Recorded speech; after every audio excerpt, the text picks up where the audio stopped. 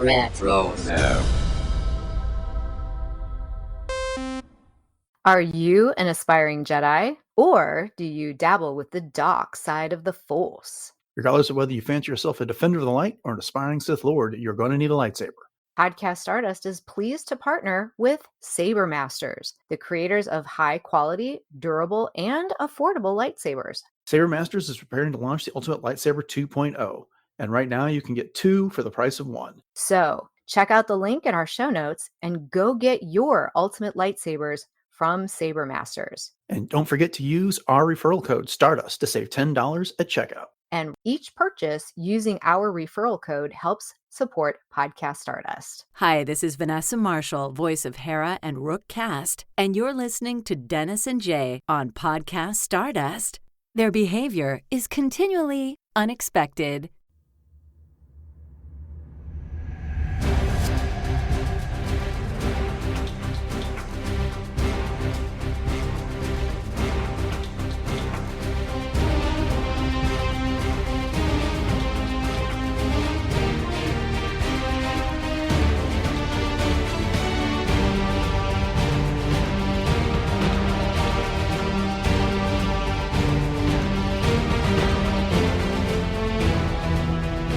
Welcome to Podcast Stardust. This is the fully armed and operational podcast dedicated to Star Wars news, reviews, and discussion. I'm Dennis Keithley. And I'm Jay Krebs. The Bad Batch is back. So let's discuss the first 3 episodes of Season 3 in this episode of the podcast. But before we start with that, Jay, why don't you remind everybody where we can be found online? All right. We are on Facebook, Instagram, and X at Podcast Stardust. All right, the chisel line, the signal's boosted to maximum output, the shield is down, we are now broadcasting to the galaxy. So this will be our full spoiler discussion of the first 3 episodes of The Bad Batch, which are Confined, Paths Unknown, and Shadows of Tantiss. So yeah, we're going to get into all 3 of these. We're going to talk about each one of them on their own a little bit, but then we got themes that go through all 3 of them that we'll talk about as a whole. Without getting into spoilers just yet, though, Jay, what did you think of the 3-episode premiere? Well, first of all, hooray, the Bad Batch is back. So excited. We've been waiting for this for so long. So these first 3 episodes I felt were just hauntingly amazing. Is like the 2 best words that I can think of for them. And I am so tantalized. See what I did there? Tantiss. With where this is going from here. They've really set up some intriguing mysteries for us, some metaphorical things for us. I think there's a lot of symbolism going on in all 3 of these episodes, as well as some blatant things as well. And so there's a lot of things to unpack and unravel, but I am completely 150% invested already, as I knew I would be, but I just feel like it's off to a really awesome start. But what about you? Oh yeah, I watched them, 1, 2, 3. Yesterday evening. We're recording this on the day after they premiered, and as I was watching the first one, semi spoilers, I was just kind of like, this is methodical. I don't want to say slow, but the pace was very methodical is what they were doing. It was much more of a thriller type of a thing where you just weren't sure what was going to happen and you were kind of worried for your heroes. And I could see why they gave us a multi-episode premiere, because I think they needed something with a bit more action, which is what we got in the second and third episodes, to kind of balance that out and to keep people excited. So I think that was a smart choice on their part. I was super impressed with the animation here. I think the Bad Batch has always been top notch when it comes to the quality of animation, but I feel like they took it into yet another level with this season, and just some of the lighting, some of the motion that they've been able to capture in this. I'm not saying mocap, but you get the point. And just the way that they handled all the characters, some of the expressions, even I was like, that's different than what they were doing even last year. So it was a very impressive 3-episode premiere. No, I would agree on the animation style, and it just keeps getting better and better. Every year we are treated to those little advancements, like you said, that just really seem real, and you're just buying right into it. And yeah, it's phenomenal. All right. Well, then that'll do it for our non-spoiler discussion, all 2 minutes of it. So let's get into the episodes. The first one, like I said earlier, is called Confined. This is, just a brief summary of the episode. It really is showing us what the conditions here are in Mount Tantiss, with Omega confined. They call it her room, but for all intents and purposes, it's a cell. And right. She's got duties. She helps Emery, who we know is another clone. We found that out at the end of the last season. And of course, she was brought to Mount Tantiss because that's how they're getting Nala Se, and they being Hemlock and the Empire, to work. And we have a number of, as you were pointing out, mysteries set up here. We know that they're looking for something very specific with the blood samples they've been taking for the clones. And there's something about Omega's blood that Nala Se doesn't want the Empire to discover. And then there's also the angle of Crosshair out there. Mm-hmm. Omega keeps stopping by his cell, and that is definitely a cell. And so, we don't get the rest of the Bad Batch in this episode at all. It is really primarily about Omega and, to a lesser degree, Crosshair as our quote-unquote heroes for this episode. So what did you think about this one overall? Yeah, well, I think that was the right way to open this up, because where we were left with the end of season 2 is kind of in that, well, not kind of, it was that cliffhanger that we didn't know what was going to happen to Omega or where she was going to end up. And we knew she was going to be on Mount Tantiss, but we didn't know exactly what was happening. But the first thing that struck me about the environment itself was the fact that it was so dark. When you think about Camino and you think about where they were on Camino in the cloning facility, everything was really bright and white and almost like too bright in some ways. It was almost like looking at snow and getting snow blindness, in a way, in some of the hallways and things. And this was just completely dark. And even the music, or lack thereof, had a really dark tone to it as well. And as you said, methodical is a really good word. There was this kind of routine set up day by day by day. And at first it was Omega kind of resisting it. And not that she ever really wanted to do any of these things, but it eventually became a habit, to the point where we even see her, getting older at this point in time as well. And so, as far as not calling her a prisoner, she was a prisoner. She even says, "I'm a prisoner." And Emery says, "No, you're farthest thing from." And then, of course, Hemlock, by the end of this whole thing, the prisoners have escaped, kind of thing. And we're getting way far ahead, or I am. Yeah. But at any rate, yeah, I think it did a good job of setting that pace. And I'm with you on the fact that it wasn't exciting, so to speak. We didn't get that, duh, duh, duh, duh, duh, the like, let's go in and be soldiers kind of a thing. It was light on action. Yeah. But the thing of it is, though, is it needed to be that way. And I was trying to think of a good comparison of this particular episode to some sort of a movie or another reference, and maybe you can, but it left me just like the whole aesthetic of this, from the way that it looked to the way that it sounded to the way that it felt. Just, I'm trying to think of what it reminds me of, and I can't put my finger on it. It was, for me, a dark version of Narkina 5 from Andor. Okay. When it came down to it. And I had that, I got that impression for a couple of reasons. There's the routine that Omega is in. Now, she's got more freedom than Cassian did in Andor, but she's still expected to follow this routine. It's the same thing day in, day out.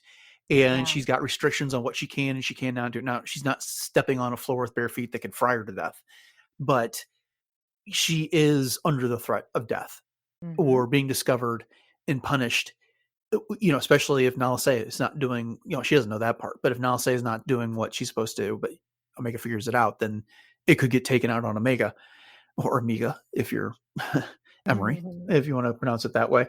But at any rate, I mean, that was one of the things, especially some of the imagery here. You were talking about the environment here, and one of the things I noticed throughout this episode, and it came up again in episode 3, is the dripping faucet that's in her room. And every time you go to that room or her cell, it either starts with an image of that leaky faucet or it pans back over to it by the end of whatever that scene is. What'd you think about the leaky faucet? Yeah, I had that in my own notes as well, and there was that direct correlation also between the drops of blood dripping from the one vial into the collected clone vials of blood, Mhm. in that blood spinner thing. What's that thing called? I can't Centrifuge. do it. Centrifuge, yes, thank you. Mhm. And so I was like, "Okay, there's got to be some sort of a correlation here between the 2 of those." And, I know that nothing happens for no reason. There's Right. always gonna be some kind of a symbolism there, so that was a big thing for me. It's like, "Okay, the dripping of the blood and the dripping of the water, there's gotta be something that goes hand in hand here." Right. When it came down to the water dripping, again, I think that is it's essentially a clock ticking in her room. It's drip, drip, drip. She doesn't even notice it, but the time is just passing. She's marking off the days by scratching the time on the window frame that's in her Mhm. room, kind of like the way Ray was doing in The Force Yes. Awakens there. Uh-huh. But I think the conditions it's a leaky faucet. This is not a good condition. And it is just kind of, her day is routine, same thing in and out. When it came to, especially in episode 3, and we had the centrifuge, you know, her blood gets loaded like at the top position. And that is the countdown clock for when she's going to get discovered. I thought that was, I mean, I know we're again skipping ahead to the 3rd episode, but the 1st and the 3rd, I think, are so tightly wound together. It's hard Oh, to talk yeah. about one without the other at this point, since we have had the opportunity to watch all 3 of them at the same time. And so, that's when she's going to get discovered. Whereas, the dripping in her room is like kind of pointing out the meaninglessness of everything. If you get Mhm. my feeling, that she, Yeah. you know, when and it's punctuated by what you just said. When she tells Emery, it's like I'm a prisoner, and Emery's like, you're no such thing, and no, she actually is a prisoner here, and she's gotten so acclimated to that dripping water would drive me up the wall.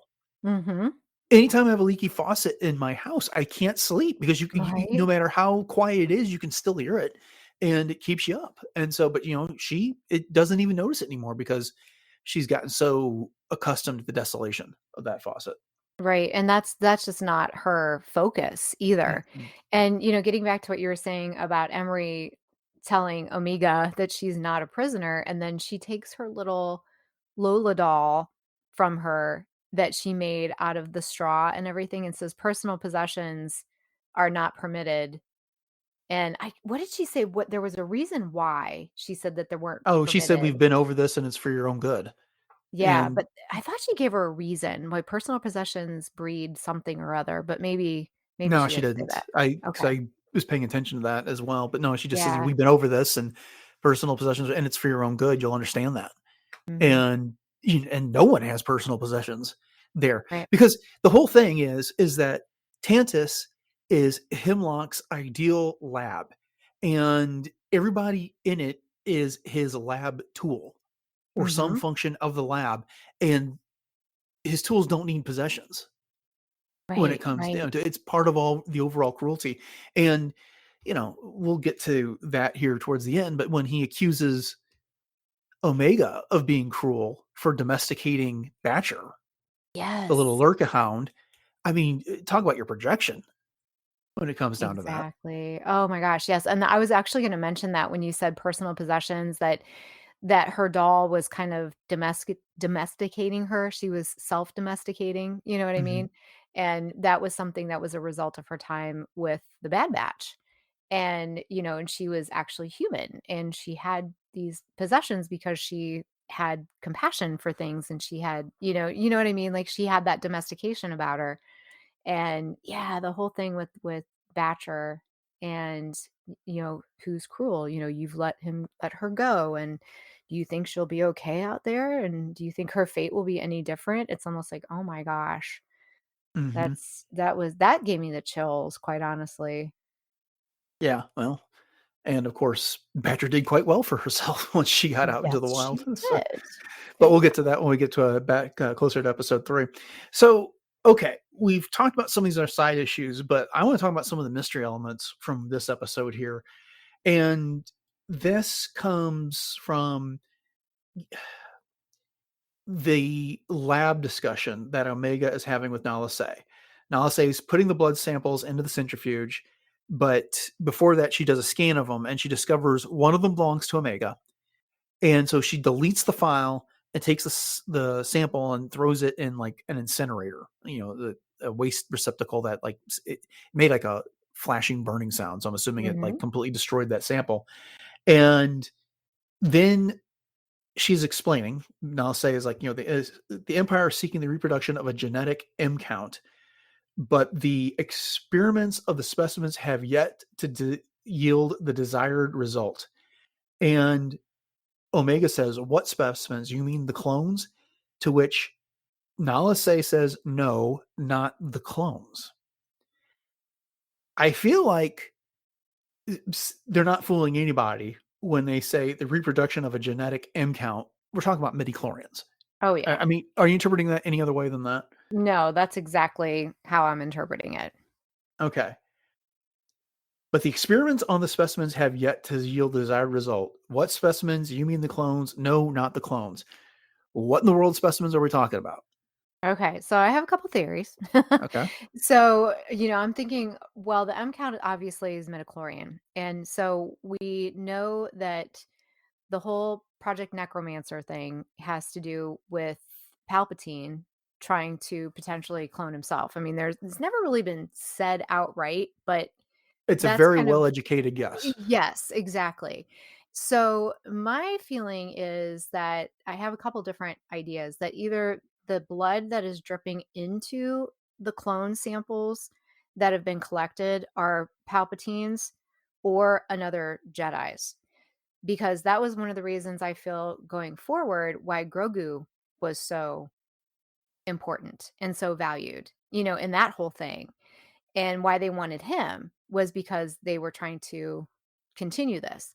So the only thing that I can think of is that with the compatibility between whatever the clone samples are, so as we know later on, of course, like you said, there's no way to talk about episode 1 without talking about episode 3, Mhm. is that hers was like the ding ding ding ding, oh, we have a match kind of a thing, is that there had to be some sort of a genetic anomaly that created a compatibility between whatever was in the original blood sample being mixed with the clone sample to create the ability to have a clonable thing, person, whatever you want to say, with a midichlorian count, which is exactly what Palpatine was after to provide longevity to the Empire, which he says, which essentially is himself. Mhm. Yeah. I think that's all very well said. Thank you. I'm What do you just think? well, here's where the mysteries come in because Omega, as far as we know, is a clone of Jango Fett. As far as we know. Now, she's an unaltered clone to the degree that she basically has the same genetic structure, except for she's a girl as opposed to a boy, like Boba Fett. Boba Fett's the other unaltered clone. Mhm. So, what is it about her being an unaltered clone that makes all this possible? Two, I'm not sure how to exactly state this, but back to the specimens part of it. What are the specimens? Are the specimens where we're getting midichlorians from, or the midichlorians, the M count coming from the clones themselves? What made them think to look at clones of Jango Fett in the first? See, this raises more questions than there are answers, right?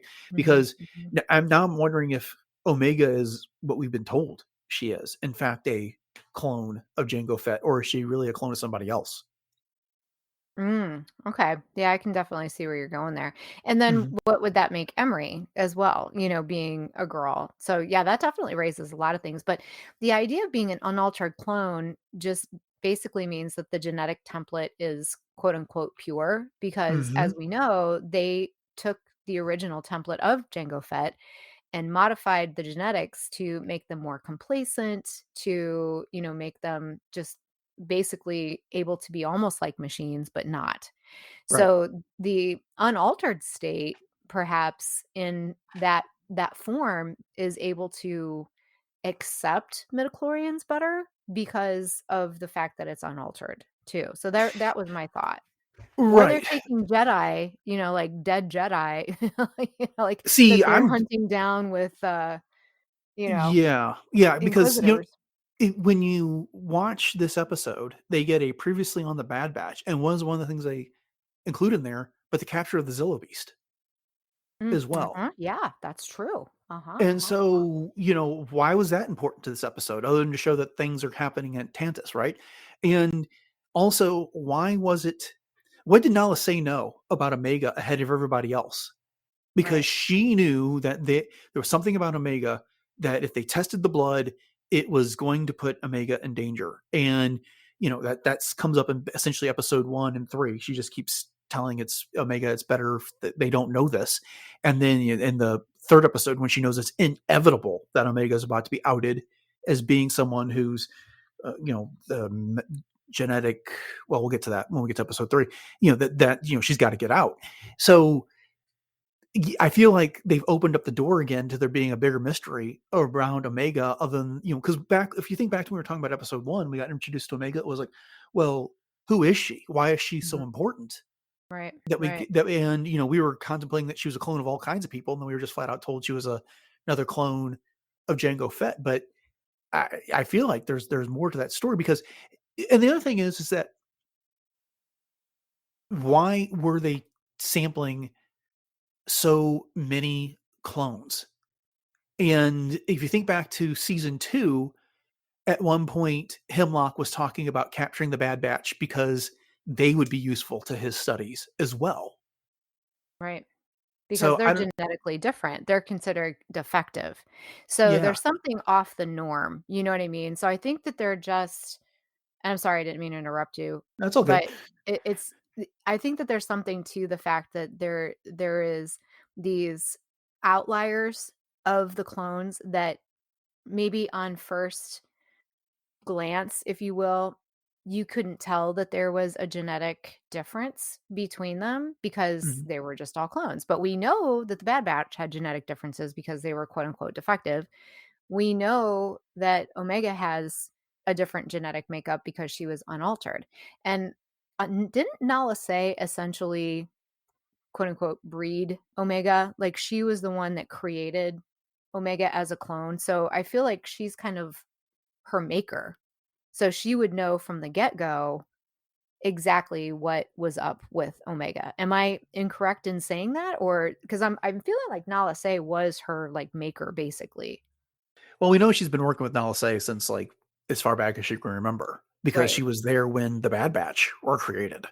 Right. Omega was, and she is their big sister, even though she's mature. Exactly. She's at a younger maturity phase on that. But so it's okay. Well, let's put a pin in this for a second, because we're gonna definitely come back to it as we progress through the story on this Mhm. one.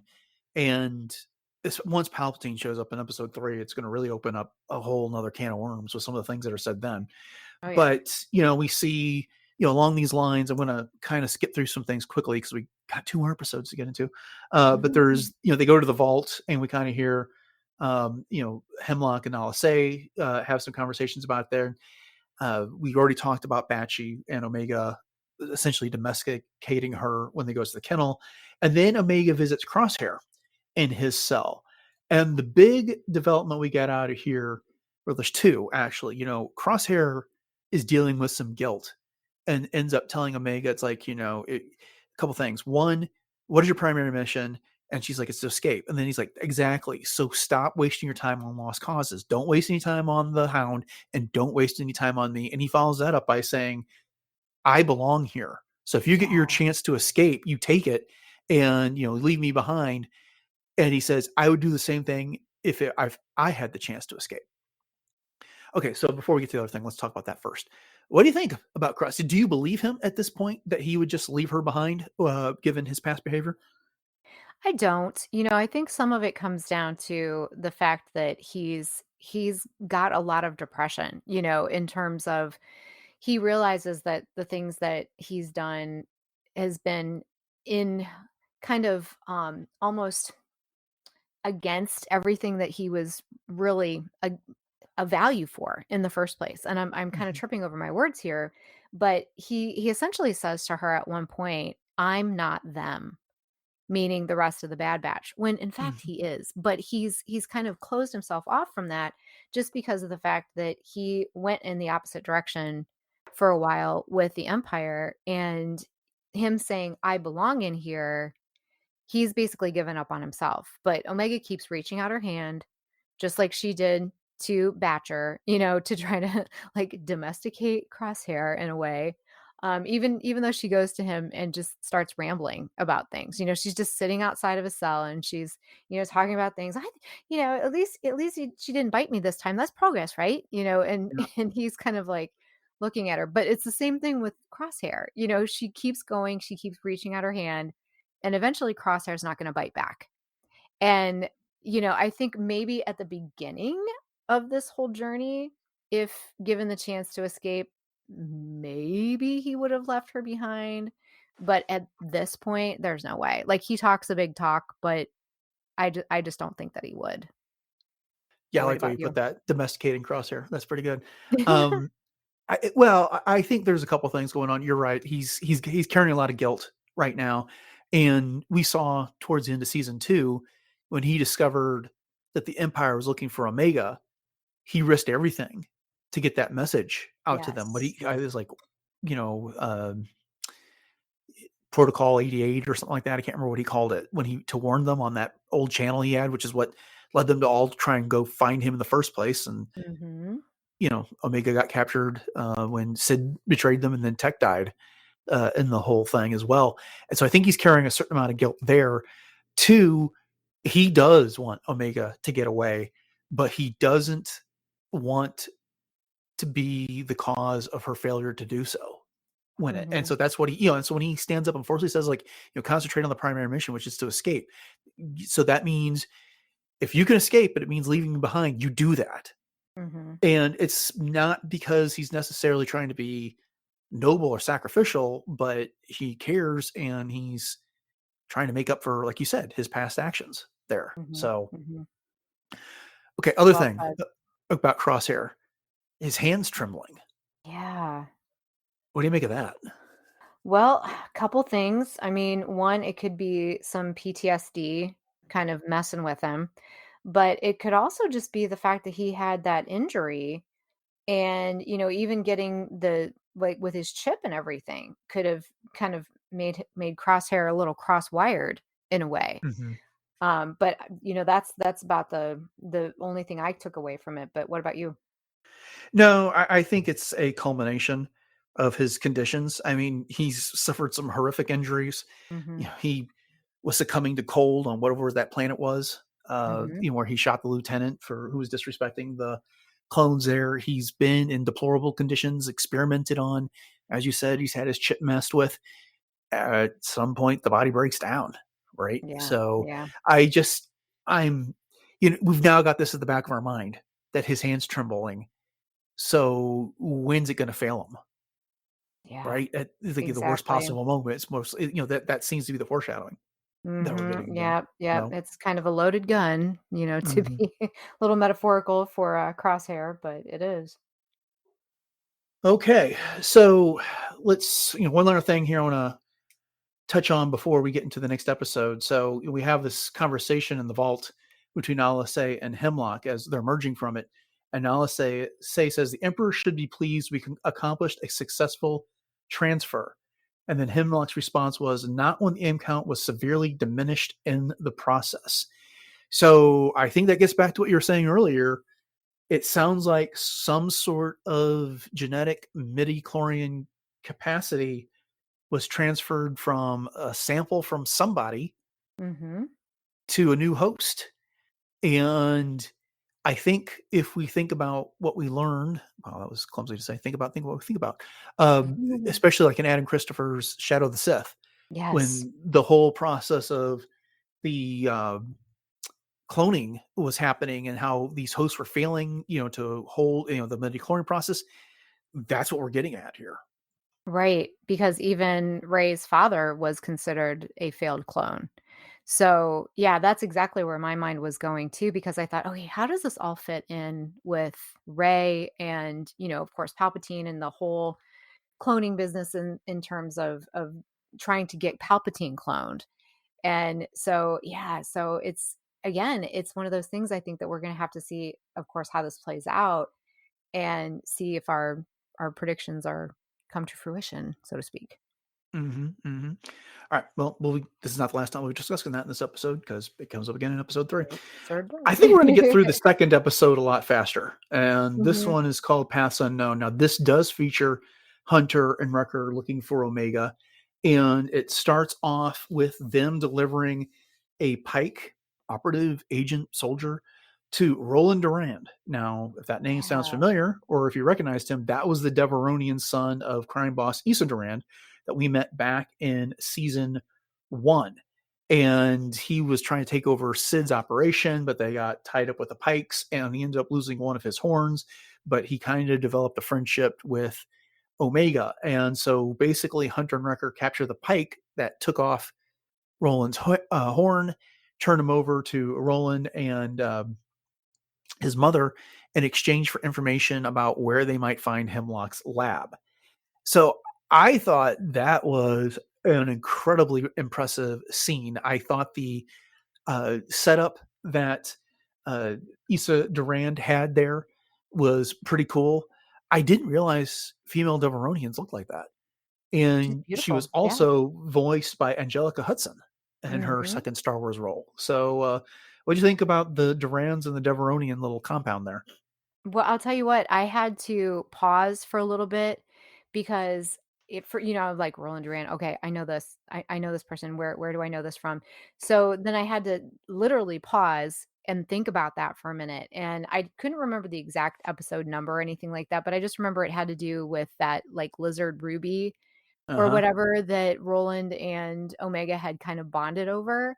And like you said, they kind of formed this little friendship, and Roland had this respect for Omega, which is why I feel like he wanted to obviously help Hunter and Wrecker, which just goes to prove that you never know when you build bridges where those bridges are going to end up helping you to get somewhere. Don't ever burn those bridges. But yeah, I'm with you with Angelica Houston being Issa Durand and the whole idea. Yeah, I don't think we've ever seen a female Deveronian before, and she was gorgeous. I was like, oh, cosplay, maybe. Oh wow, that'd be cool, Jay. Wouldn't that That'd be be really fun? cool. Yeah, especially because I like the way their horns are set closer together and like Yeah. on the forehead as opposed to farther back, like with the male's hand. But Hmm. my memory Anyway. is that back in Legends, female Deveronians didn't have horns. They had like spots where the horns would normally be. Okay. Um, I don't but remember I'll that, have but I'll take your word for it. Yeah, I'll have to look that up because I'm not 100% sure that's true. Mm. But wow, she was vicious too, and Angelica Hudson did a Mhm. fantastic job doing that voice. So, anyways, they turn over this Pike and they get the information, and then we see them on the Havoc Marauder, and we get a glimpse of Tex Goggles, and then another glimpse Yes. of Lulu, the doll that Wrecker gave to Omega, and Hunter says that they're not going to wait for Echo and Rex after Wrecker says that that they need like 2 rotations or something like that to catch up at the coordinates. And Hunter's point is like Omega's been waiting for us long enough. I'm not going to make her wait one day more. But then Wrecker cautions Hunter is like the last time we went in without backup, not everyone made it out alive. Mhm. I kind of feel like Mm. Wrecker's gone through some real growth from the last season to this one. He's not he has his moments where he's a little bit brash, but he seemed not quite as loud and bombastic in this and a little bit more insightful than I'm used to him. So I feel like there's been some growth in that character. But what did you think? Oh, for sure. And I think that there's a lot of factors that have contributed to that. One being their time on Pabu. I feel like that Mhm. that was kind of an opportunity for him to sort of step back and distance himself just a little bit from, some of the other goings on within the galaxy, and put things more into perspective in terms of what was important and what did he really value and how is he going to go about keeping those things. And then especially with the quote unquote, I'll say quote unquote death of tech, because Yeah. we're going to still hold out hope. But at any rate, I think that there's been, like I said, just a lot of factors that have contributed to that. But I'm with you. He's definitely a lot more subdued, but he's a lot more measured in the things that he does. He's not so much think, act, and then feel. He's a little bit more think, feel, than act. You know what I mean? Like Mhm. he's thinking about what he's doing instead of just like reacting. He's being proactive. Yeah, and I think when you're touching on Tech's death is a big part of it because when we first met the Bad Batch back on season 7 of the Clone Wars, there was the 4 of them. There was Hunter, Wrecker, Tech, and Crosshair, and then Echo joined them as part of Hmm. the team. And then Crosshair left, but the point being is that Hunter had, like, at least 3 people, and even when Omega's around, 3 or 4 people, depending on what configuration you had, that he had voices, he had support, he had backup. Well, it's just Wrecker. Now, Wrecker can't That's afford true. to be the buffoon, and I'm Hmm. not saying that as an insult, but Wrecker could be loud, he could be boisterous, he could be larger than life because he didn't have to be the only one there to advise Hunter. That's a good point. And now that's all Hunter's got because Echo's off doing stuff with Rex. Hmm. That's And a great Tech's observation. gone and Yeah. Crosshair's in prison and so is Omega. So but I don't know. I really enjoyed that growth out of Wrecker. He still is kind of the loud guy, the muscle in this group, but he had opportunities to be something more. And it was Hmm. cool to see him take advantage of that. Absolutely. And it was also good to see him still be Wrecker in a lot of ways too, in terms of just his pureness of heart and his joie de vivre in a lot of ways, just being, like you said, not the buffoon, but just being a little bit lighthearted and bringing that little bit of lightheartedness to things, in even in the situations where they're like super serious. Indeed. Okay, so they take the intel that they've got and they get to the planet Cetron, which was the location of Hemlock's last lab, but they find that it's been abandoned and bombarded from orbit. As they go to explore, they meet some regs, or some not fully matured regs, by the name of Deke and Stack, who we come to find out were pulled off of Camino and sent to this lab, but they managed to escape before the orbital bombardment, and they got left behind with another clone by the name of Mox, who is voiced by Daniel Logan. So it's cool to get him back here.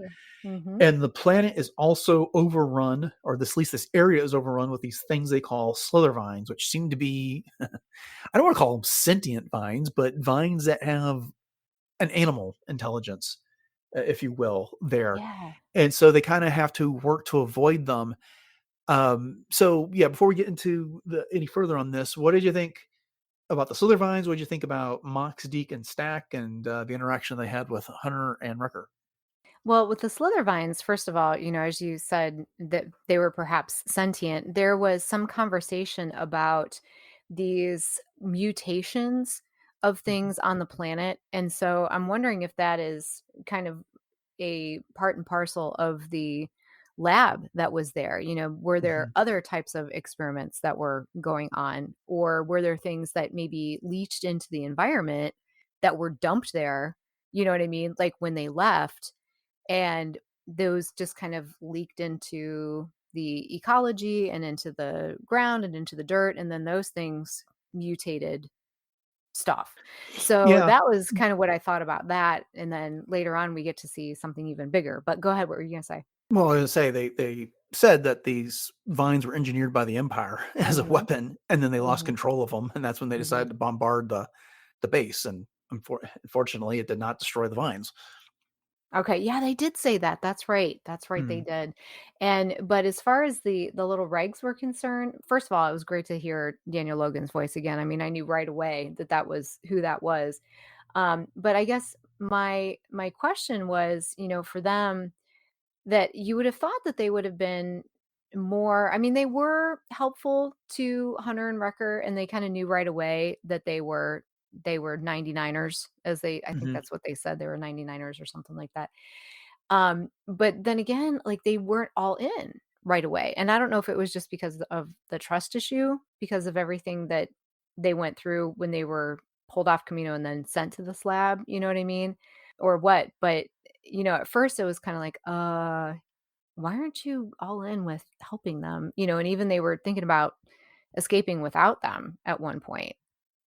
Yeah, they didn't really, get into the whole good soldiers follow orders type of a thing, Mhm. mentality that Crosshair and a lot of the other clones had, and I thought they did a pretty good job explaining that, it was, which one? I think it was Stack that Stack that would stay behind with Mox, and was basically pointing out that, the other clones that were here at this base left us behind. They abandoned us, and so they kind of broke with that line of thinking. And it even came down to, Stack was trying to Stack was trying to talk Mox into stealing the Havoc Marauder, Mhm. which is like, this is our way off ship. And like, if Right. those vines get to that ship, then we're not going to have this opportunity again. They made their choice to go look at this base. This is our opportunity. And so, they were bred to be soldiers and then they were abandoned. And so Mhm. I could see how that would be a major impact on one psyche when it comes down to it. That's true. Because one of them did say at one point, "We're soldiers," or "We were supposed to be." Mhm. Yeah. Yeah, and then, when this whole episode ends, and, there's discussion of what's gonna happen to them, that comes up. It's like, "We were supposed to be soldiers," and Hunter tells them, like, "Well, now you have an opportunity to decide what you wanna do." Mhm. Not so many words. Don't take that as a Right. direct quote.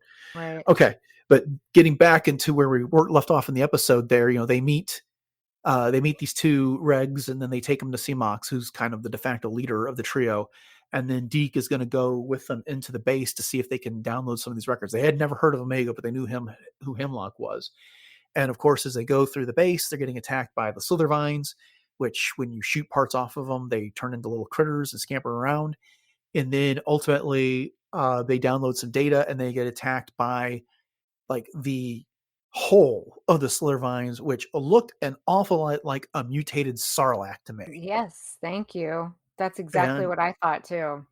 yeah, and so they managed to get away when Mox and Stack have a change of heart and they bring the Havoc Marauder in at the last second after they hear Deke's distress signal, and then they dump a whole crate of bombs down its Mhm. throat. And I don't know if they actually killed it or not. Or if the thing just got really bad indigestion and let it go.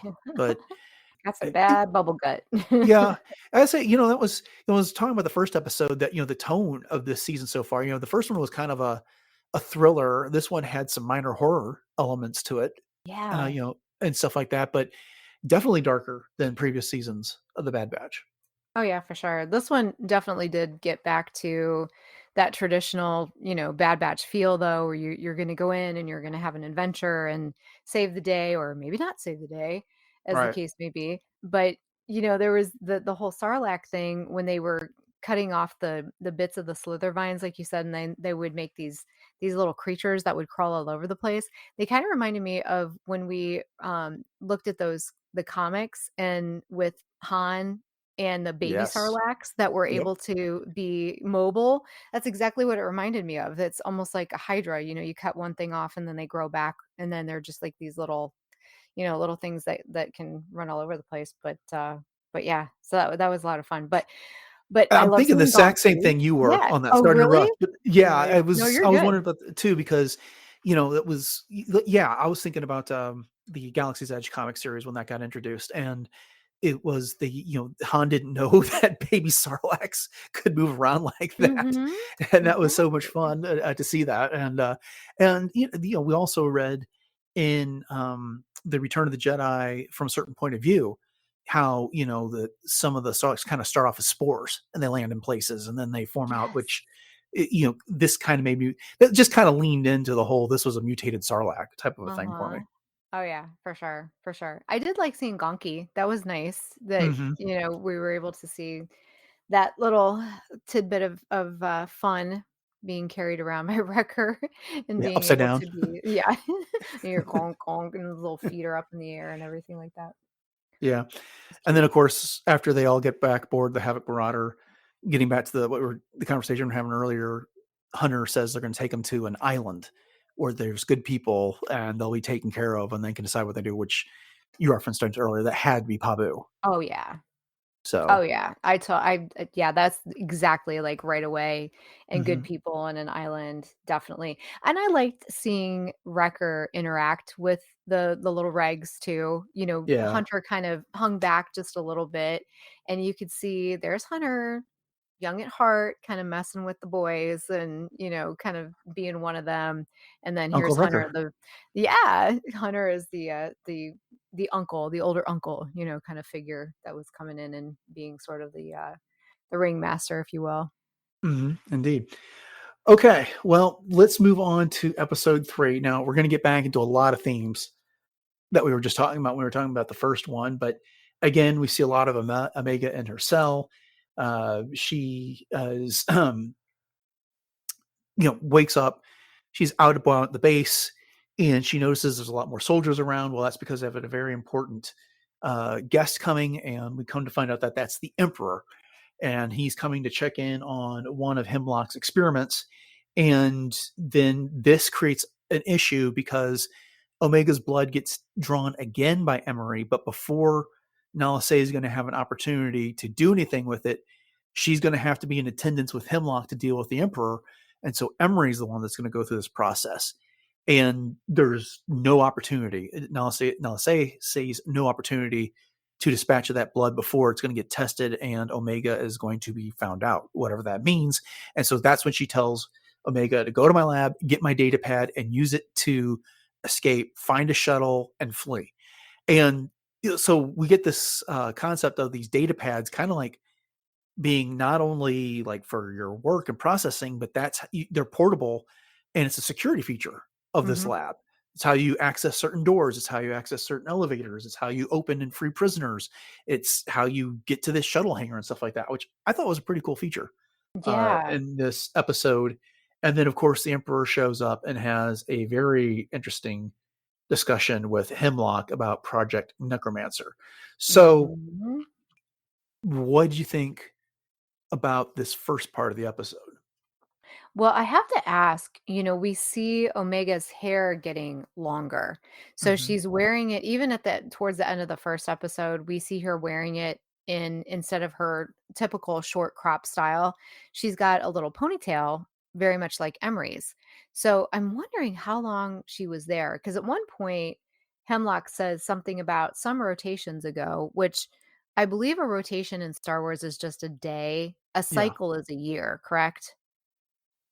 I know So it's rotations a day. Yeah. okay, yeah, Yeah. so it's not like he's talking about this being months ago or whatever when he said that, but, I mean, it had to be at least a few months for her hair to grow out a few inches like that, but at any rate, that aside, I did think it was interesting from the get-go how they drew the blood, though, with that little plunger on top of the hand, as Hmm. opposed to, we see all kinds of different things in Star Wars, but that was just kind of interesting. And Nala Se, in terms of, seeing a Kaminoan become very nervous, that you don't see that because they're very calm kind of a thing. But you could tell she was very nervous about the whole thing. Like, you need to do this, you need to get the data pad, you need to escape, you're in danger, sneak aboard, get a shuttle, get out of here. And so you can tell that she knew it was go time. Nala Se did at this point.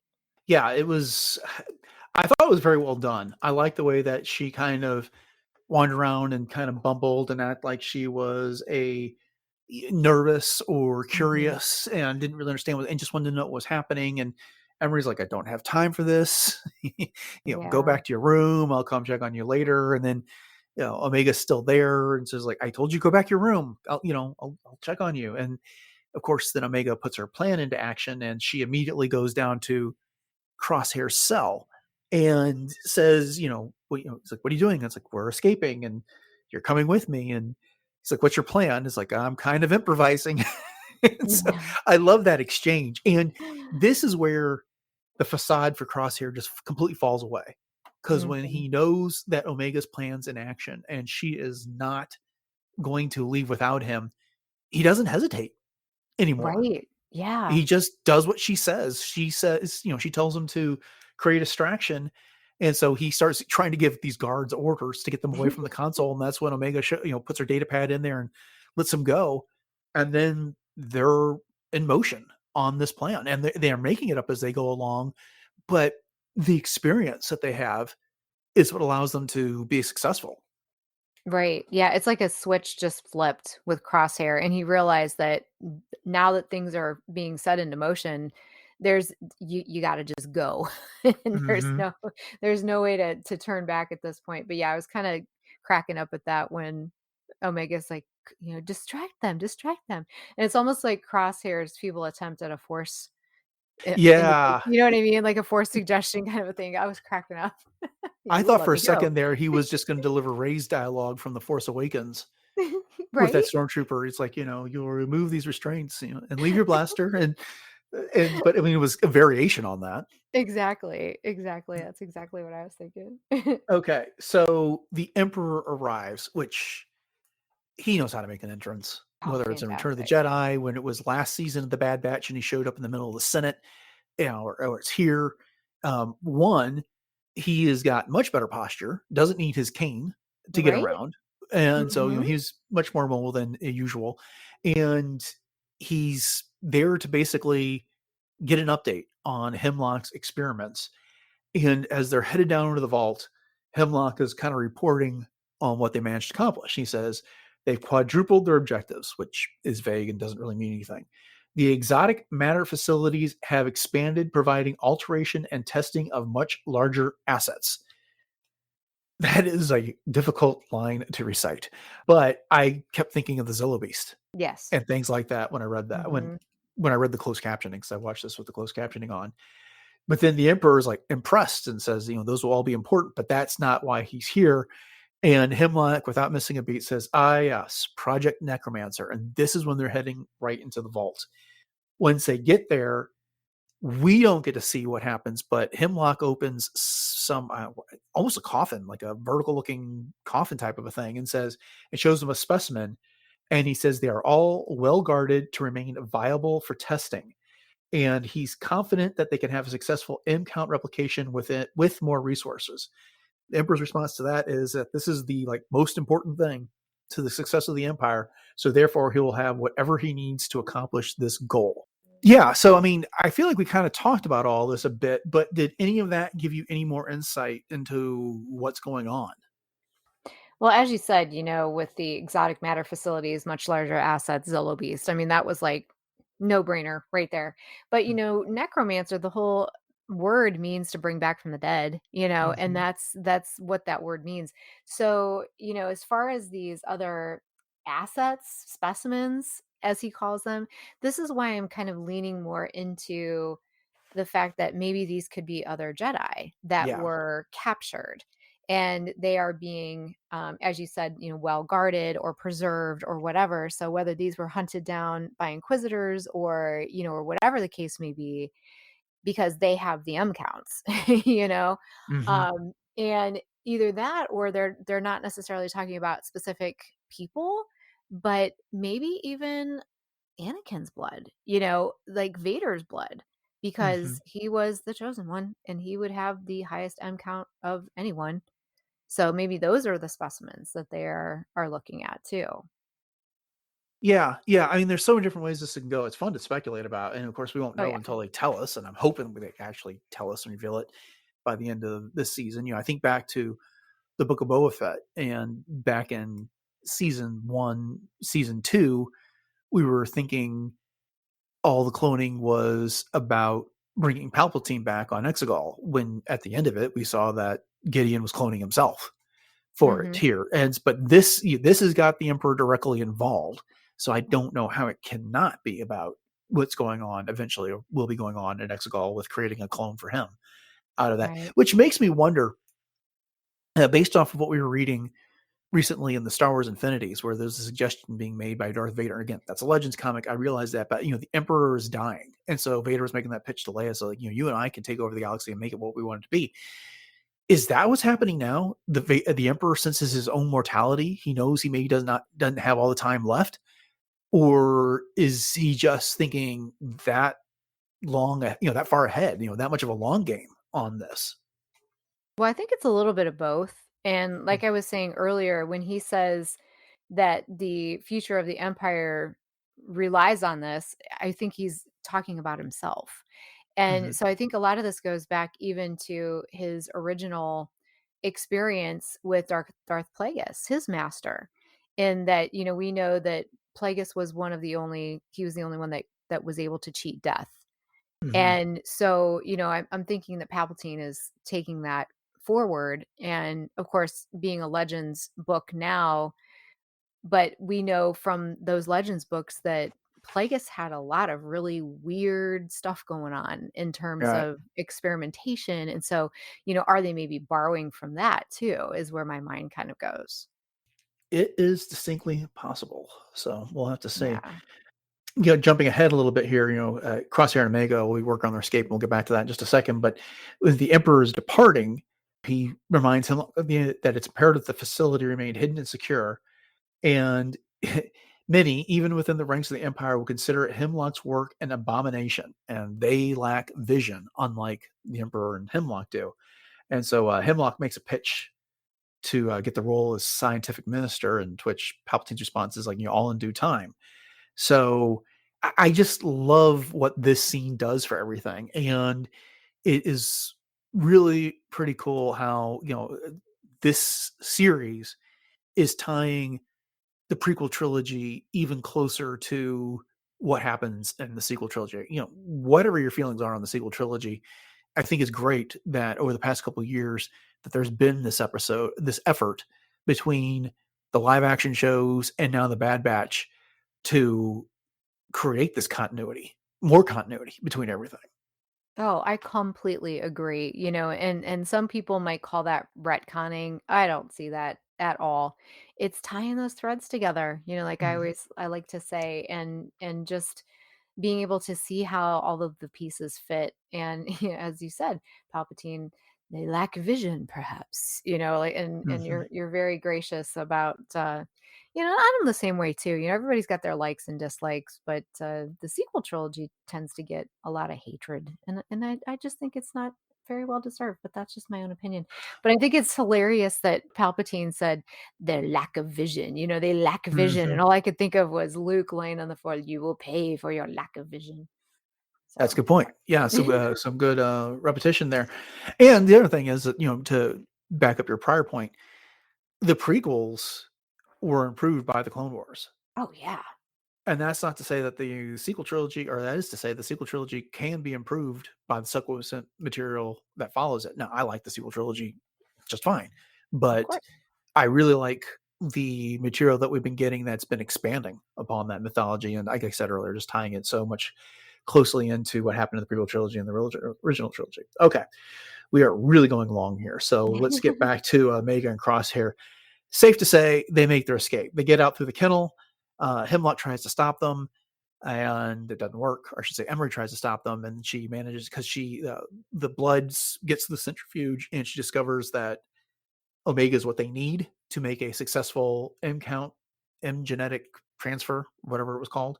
And as Omega and Crosshair are making their way across the planet, they get to the shuttle that crashed at the beginning of the episode, which we kind of skipped over, with the thought of using its communicator to reach Hunter and Wrecker, but that doesn't work.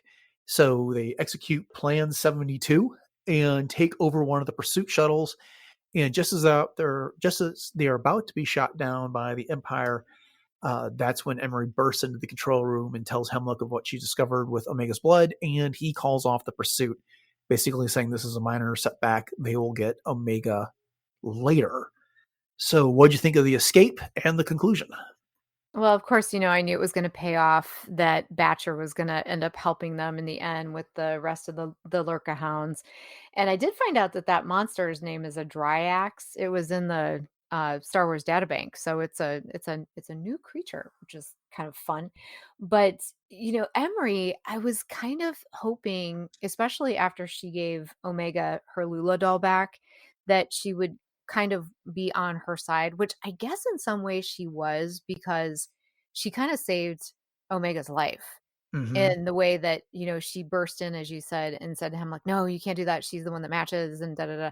So she's the one that was able to allow them to escape to fight another day. So maybe she is going to end up being a true sister to Omega, because I feel like those seeds were planted in the very beginning. And she said, it's nice to know I'm not alone. You know, I didn't know I had a sister. It's nice to know I'm not alone.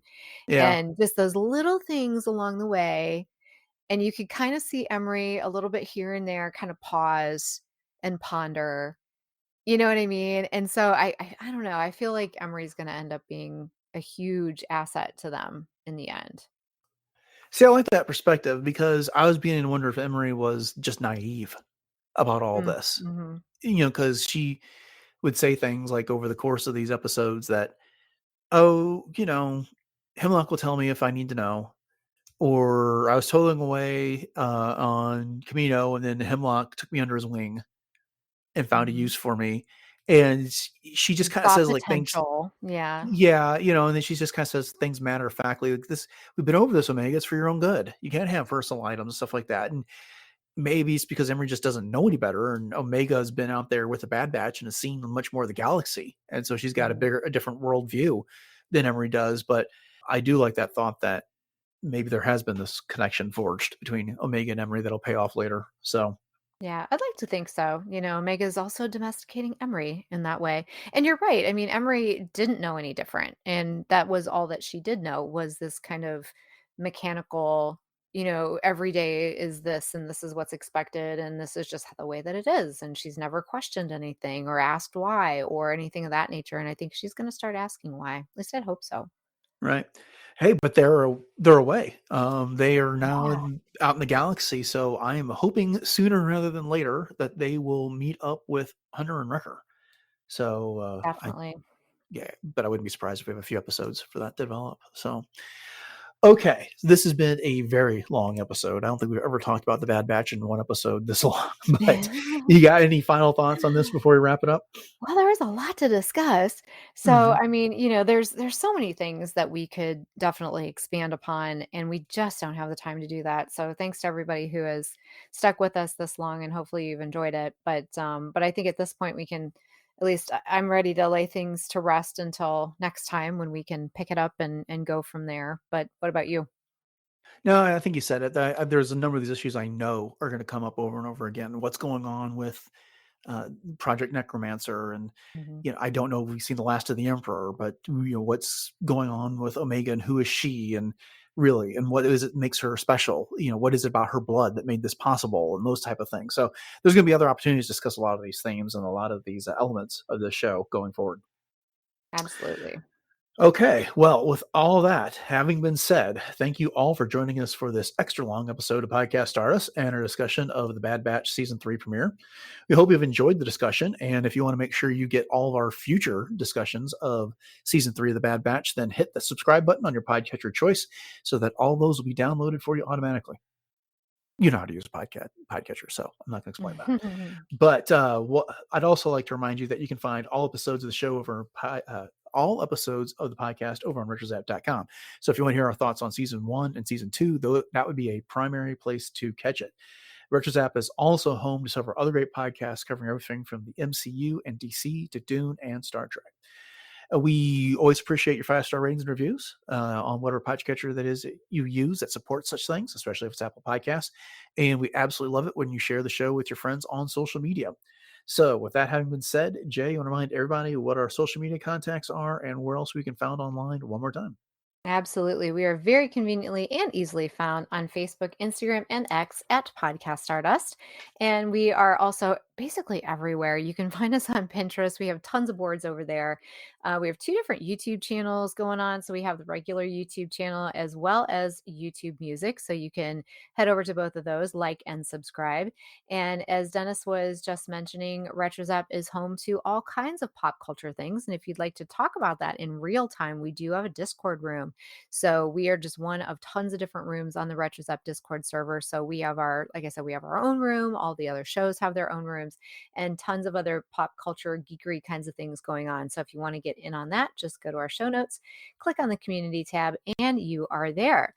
And speaking of our show notes and links, there's some other things that you can find there as well. So our TeePublic store link is there where you can snag a whole bunch of different Podcast Stardust products, 7 different show logo designs to be exact, on everything from apparel to home goods and everything in between. And then we'd also like to remind you that we are partnering with Saber Masters right now, and hopefully for the foreseeable future. And you can use our referral code Stardust. If you use that at checkout, you will get an additional $10 off of your Ultra Lightsaber 2.0 from Saber Masters. And so it's really easy to find that. Just go to sabermasters.com. And once again, you just want to use that Stardust code in the checkout. So with that, Dennis, what you got going on with any other personal projects or upcoming shows? I know you're gearing up. We're just a little over a month away from some Warp Trails. So what you got going on there and anything else? Right. Yeah. So as you're saying, about 5-6 weeks from now, we get the season premiere of Discovery. And so my wife and I will be covering that on our Star Trek themed podcast, Warp Trails, which is exclusive to the RetroZap podcast feed. So if you want to find that, just go to your podcatcher of choice, look for the RetroZap feed, and you can find all episodes of Warp Trails there as they come out. If you want to find our past episodes dealing with prior seasons of Discovery, Picard, Lower Decks, and Strange New Worlds, then just head over to retrozap.com. Jay, I know you've got some really busy weeks of cosplay coming up. What's the latest?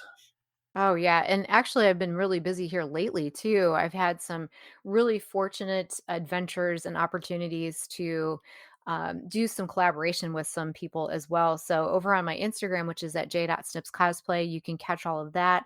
So, recently I was part of a Twitch stream. Boy, that's a tongue twister, with Vanessa Marshall, the voice of Hera, as well as some other Hera cosplayers, to do a fundraiser in the name of Indie Speeder for the National Down Syndrome Society. And then I also recently appeared on Into a Larger World with Kara DJ, where she interviewed me about my Star Wars fandom and history with celebrations and that type of thing. That was a heck of a lot of fun. And that's actually produced by Force Time Pod, Travis Bryant, and he does all of the editing and things. And so it was just a really, really fun episode. So you can hit me up on Instagram and find the link there, or you can just go straight to Instagram and find Into a Larger World, also on Spotify. So once again, I've got tons going on, lots going on in April. But again, this episode's gone pretty long. So I'll save that maybe for our news episode on Monday. Okay. So upcoming on the show on Monday, we have the news. And then on Wednesday, we'll be getting back to Star Wars Infinities with a look at The Empire Strikes Back. So with that having been said, thanks for listening to episode 694, everyone. Have a great rest of your week. And until next time, may the Force be with you.